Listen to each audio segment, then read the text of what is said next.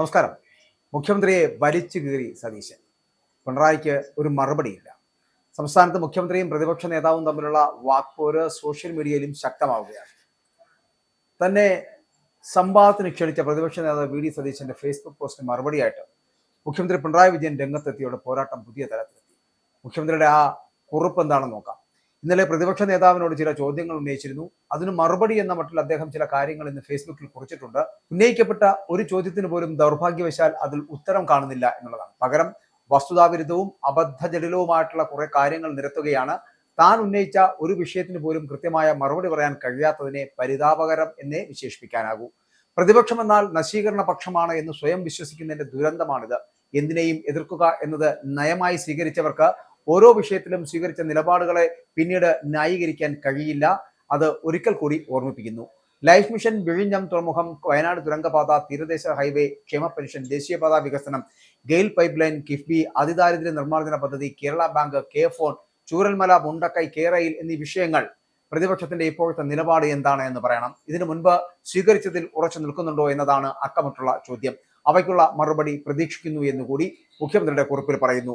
സംവാദത്തിന് ക്ഷണിച്ച പ്രതിപക്ഷ നേതാവിനോട് താൻ ഉന്നയിച്ച പ്രധാന ചോദ്യങ്ങൾക്ക് ഉത്തരം നൽകണമെന്നും നിലപാടിൽ ഉറച്ചു നിൽക്കുന്നുണ്ടോ എന്നും മുഖ്യമന്ത്രി ആവർത്തിച്ച് ആവശ്യപ്പെട്ടു.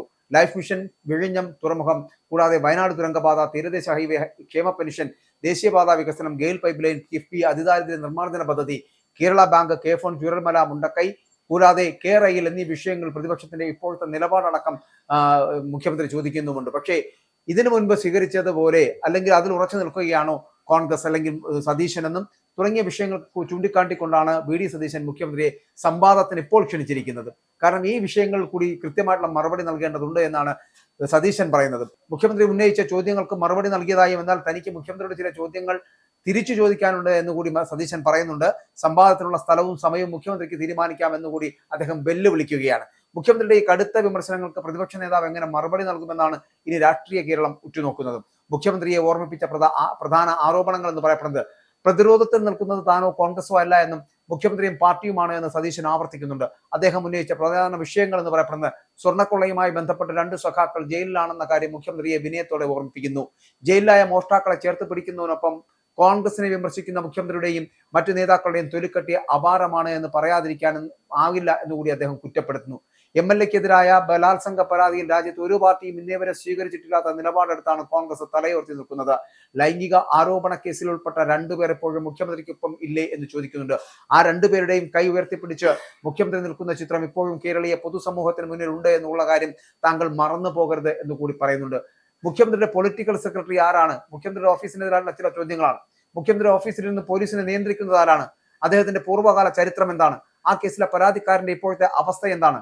പാർട്ടി എംഎൽഎ സ്ഥാനം ഉൾപ്പെടെ നൽകി ആദരിച്ച സഖാവിനെതിരെ സിനിമാ പ്രവർത്തകർ നൽകിയ പരാതി എത്ര ദിവസമാണ് പൂഴ്ത്തിവെച്ചത്? അത് ഇനി ആ പൂഴ്ത്തിവെച്ച പരാതി അത് പോലീസിന് കൈമാറാൻ മുഖ്യമന്ത്രിയുടെ ഓഫീസ് വൈകിയത് എന്തുകൊണ്ടാണ്? വിവിധ ലൈംഗികാരോപണ വിധേയരെയും ക്രിമിനലുകളെയും ചേർത്ത് പിടിക്കുന്ന മുഖ്യമന്ത്രിയും പാർട്ടിയുമാണ് മാതൃകാപരമായിട്ടുള്ള നടപടി സ്വീകരിച്ച കോൺഗ്രസിനെ കുറ്റപ്പെടുത്തുന്നുള്ള സതീശന്റെ ആരോപണത്തിന് മുഖ്യമന്ത്രിക്ക് മറുപടി ഉണ്ടെന്നുള്ള ചോദ്യം കൂടിയുണ്ട്. എന്നാൽ താൻ ഉന്നയിച്ച ഒരു വിഷയത്തിന് പോലും കൃത്യമായ മറുപടി പറയാൻ കഴിയാത്തതിനെ പരിതാപകരമെന്ന് വിശേഷിപ്പിച്ച മുഖ്യമന്ത്രി പ്രതിപക്ഷം എന്നാൽ നശീകരണ പക്ഷമാണ് എന്ന് സ്വയം വിശ്വസിക്കുന്നതിന്റെ ദുരന്തമാണ് ഇതെന്ന് വിമർശിക്കപ്പെടുമ്പോഴും എന്തിനേയും എതിർക്കുക എന്നത് നയമായി സ്വീകരിച്ചവർക്ക് ഓരോ വിഷയത്തിലും സ്വീകരിച്ച നിലപാടുകളെ പിന്നീട് ന്യായീകരിക്കാൻ കഴിയില്ല എന്ന് ഒരിക്കൽ കൂടി ഓർമ്മിപ്പിക്കുന്നു എന്ന് പറയപ്പെടുന്ന മുഖ്യമന്ത്രി ഒരു കാര്യം മനസ്സിലാക്കുക, മുൻപ് നിങ്ങൾ ചെയ്തു കൂട്ടിയ വിവരക്കേടുകൾ കൂടി ഓർത്താൽ നല്ലതായിരിക്കുമെന്ന് പറയാതിരിക്കാൻ കഴിയില്ല. ഇങ്ങനെ ചോദ്യശരങ്ങളുമായിട്ട് മുഖ്യമന്ത്രി പ്രതിപക്ഷ നേതാവ് ഇപ്പോൾ ഒരു സോഷ്യൽ മീഡിയയിൽ കനക്കുമ്പോൾ പരസ്യ സംവാദത്തിന് സ്ഥലവും തീയതിയും കുറിക്കുമോ എന്നതാണ് ഇനി അറിയേണ്ടത് രാഷ്ട്രീയ കേരളത്തിന്.